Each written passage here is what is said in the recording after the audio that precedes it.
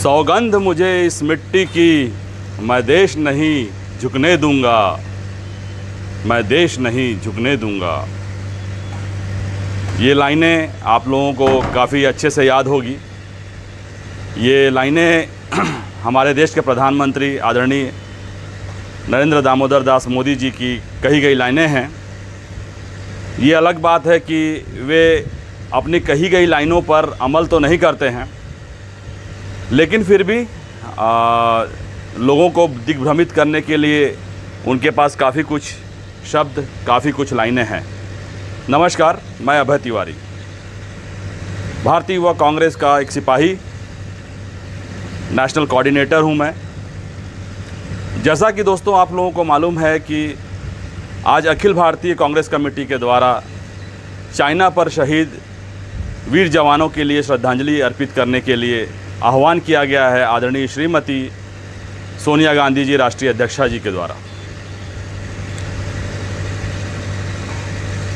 मैं अपने निवास स्थान से उन शहीदों को प्रणाम करता हूं, नमन करता हूं, उन माँओं को नमन करता हूं जिन्होंने ऐसे सपूतों को जन्म दिया जो देश के लिए वीरगति को प्राप्त हुए। दोस्तों 45 साल में ये ऐसी दुर्घटना हुई है चाइना वॉर में, जहाँ पर कि चाइना बॉर्डर में गलवान वैली में ऐसी घटना को अंजाम दिया गया है। ये जानते हुए कि चाइना से हमारे कैसे संबंध हैं, चाइना किसकी ओर ज़्यादा प्रभावित रहता है, ये जग जाहिर है कि वह पाकिस्तान को ही समर्थन करता है। पाकिस्तान भी हमारे साथ कैसे संबंध है ये भी मालूम है। विगत सरकारें पूरी प्रयास की कि ये संबंध सुधर सके, मगर संबंध सुधरने का नाम नहीं लिया गया। और इसी तारतम्य में 2014 के चुनाव में भारत की जनता को दिग्भ्रमित किया गया। चुनाव के समय यही सब बोल करके कि सरकार काम नहीं कर रही है, चाइना को लाल आंखें नहीं दिखा रही हैं, एक के बदले दो सर नहीं ला रही है, जबकि ऐसा था नहीं। मगर मोदी जी तो मोदी जी हैं, उनके शब्दों पर यदि हम इतनी गंभीरता से चलने लगे तो कल को खाने के भी लाने पड़ जाएंगे।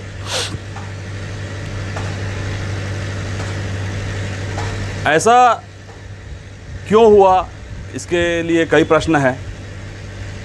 बहुत ही बेसिक प्रश्न है कि ऐसे जगह पर LAC पर जा कर के आप हथियार विहीन जवानों को भेज देते हैं, और किस तरह से उनको प्रताड़ित कर मारा गया है यह तो सोशल मीडिया में काफ़ी वायरल हुआ है। लकड़ी के डंडे पर वायर लपेट कर, कांटों वाले वायर लपेट करके उन्हें मारा गया है। उनके पास शस्त्र नहीं थे कि वे जवाबी कार्रवाई करें, मगर डटकर मुकाबला किया उन्होंने। जैसा सोशल मीडिया से छन कर आ रहा है कि उन्होंने 40 जवानों को, चाइना के 40 जवानों को मारा है। काबिले तारीफ़ है जवानों के लिए। मगर दूसरी तरफ मोदी भक्त जो मीडिया हैं, कहीं ना कहीं वो पार्शियल हैं सरकार को लेकर।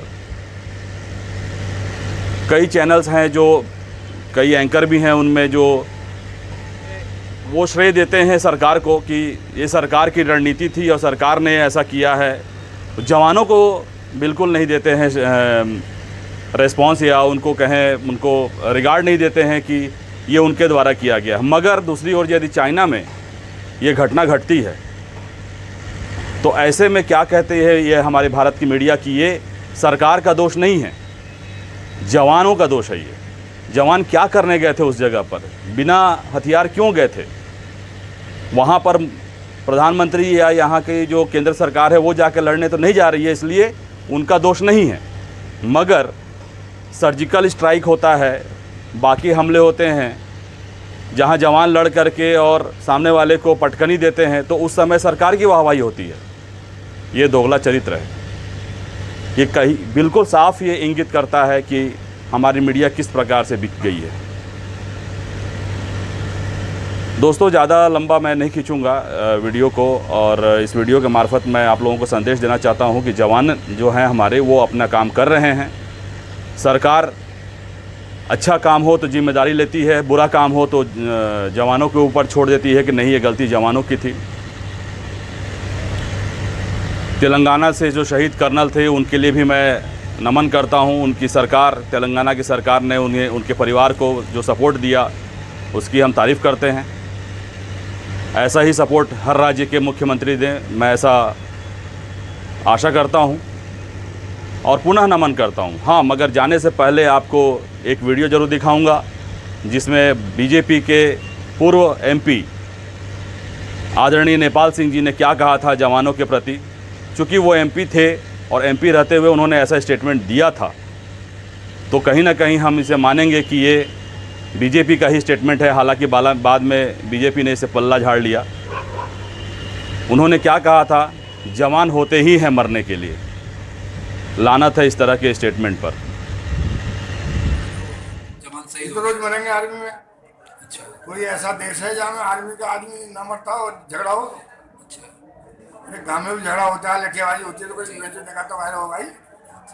नहीं तो हम अपने जवानों को मरने की स्थिति में लाने क्यों दे रहे हैं? क्योंकि इजराइल उन्होंने इस तरह अपने उसको कर रखा है कि उनके जवान तो अच्छा, हमें कोई डिवाइस बताओ, आर्मी ना मरे, कोई ऐसी चीज बताओ, कोई गोली काम ना करे, उसका सही करवा दें। अच्छा, जैसे इंदिरा गांधी जी ने मतलब सन 71 में कदम उठाया था। बुरा तो नहीं मानते। पुनः श्रद्धांजलि, प्रणाम उन शहीदों को, उन माताओं को, उनके परिवार के सभी जनों को कि उन्होंने ऐसा लाल जन्म दिया। और भारत, यह भारत है, मुंहतोड़ जवाब देना आता है। कोई भी दुश्मन हो, पाकिस्तान हो, चाइना हो, या अब नेपाल भी तैयार हो रहा है एक दुश्मन।